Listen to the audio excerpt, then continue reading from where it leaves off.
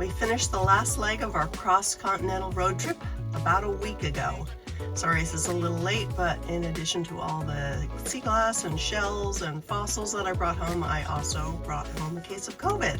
Well, it took almost 5 weeks to get to the northeastmost point of our trip in Prince Edward Island. It took us just 8 days to get home from Maine.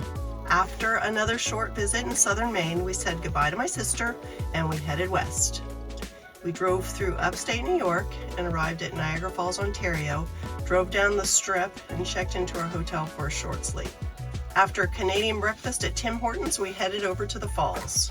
We had unfortunately left our raincoats in a hotel closet in Prince Edward Island, so we braved the very, very heavy mist to get a quick look at the falls. It was very beautiful, but I was thankful that it was not my job to clean up the trash along the top edge of the falls. We were rewarded with a beautiful rainbow before leaving Niagara and heading out on our way to Michigan. We crossed back over into the US and zigzagged across Michigan to the shores of Lake Michigan. We met up with my childhood friends Carlin and Chris. They've moved to Chris's childhood home on Little Traverse Bay, in between the towns of Harbor Springs and Petoskey. Once there, we headed down to their beach and found a spot to enjoy lake life. We watched the sunset over the bay and enjoyed a gourmet feast prepared by Carlin and Chris. The next morning we got up bright and early so Carlin, Chris, and Matt could compete in a triathlon. Carlin took the swimming/kayaking leg, Chris did the biking, and Matt did the run. I was on crew and dog watching duty. After the athletes rested up a bit, we headed out for my favorite part, Petoskey stone hunting. We headed out to a favorite spot along the bay and we found a few nice pieces of fossilized coral, including Petoskey stones and Charlevoix stones. I think that's how you say it. We then drove over to the breakwall to join the other Petoskey stone hunters. All of the stones looked just like gray rocks until Chris doused them with water, which exposed all the beautiful patterns in the fossils. We came home and washed off our treasures, and then we headed out to explore the towns of Petoskey and Harbor Springs. We even spotted another buzz in Harbor Springs. After enjoying drinks, food, and views in Harbor Springs, we headed home to pack up and get the buzz ready for more camping. We got up bright and early and on the road for our longest driving day of the whole trip. We crossed over the Mackinac Bridge, which I now know how to pronounce, thank you Carlin, to the Upper Peninsula of Michigan. We made only one brief beach stop along the shore of Lake Superior, driving through the beautiful countryside all day. We sped through Wisconsin and Minnesota and finally stopped for the night in Fargo, North Dakota. Next day, we drove across North Dakota, stopping at the Painted Canyon Visitor Center at Theodore Roosevelt National Park. Very beautiful. And we hit 8,000 miles on our trip. We did pass by Beach, North Dakota, but we did not make a stop for beachcombing. We continued through Montana and then headed south, spending the night in Cody, Wyoming.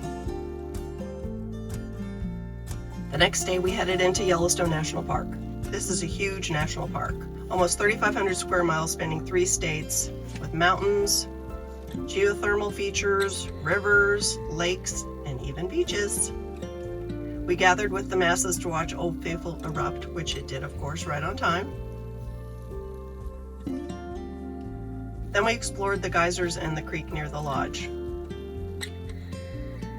One of our favorite spots was Grand Prismatic Spring, which you can view from ground level, or you can see from above by hiking a short trail on a hillside. We explored all the lower loop of the park and then we set up our campsite for the night. The next day we visited the sites on the upper loop of the park.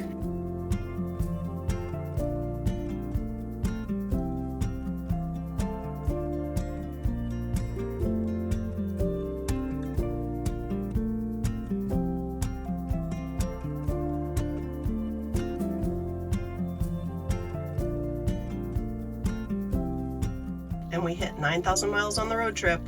We were down to the last 1,000 miles of our trip and our EV app said it would take about 20 hours to get home. We decided to just drive as far as we wanted on the first day, ending up in Elko, Nevada, just in time to see a beautiful sunset.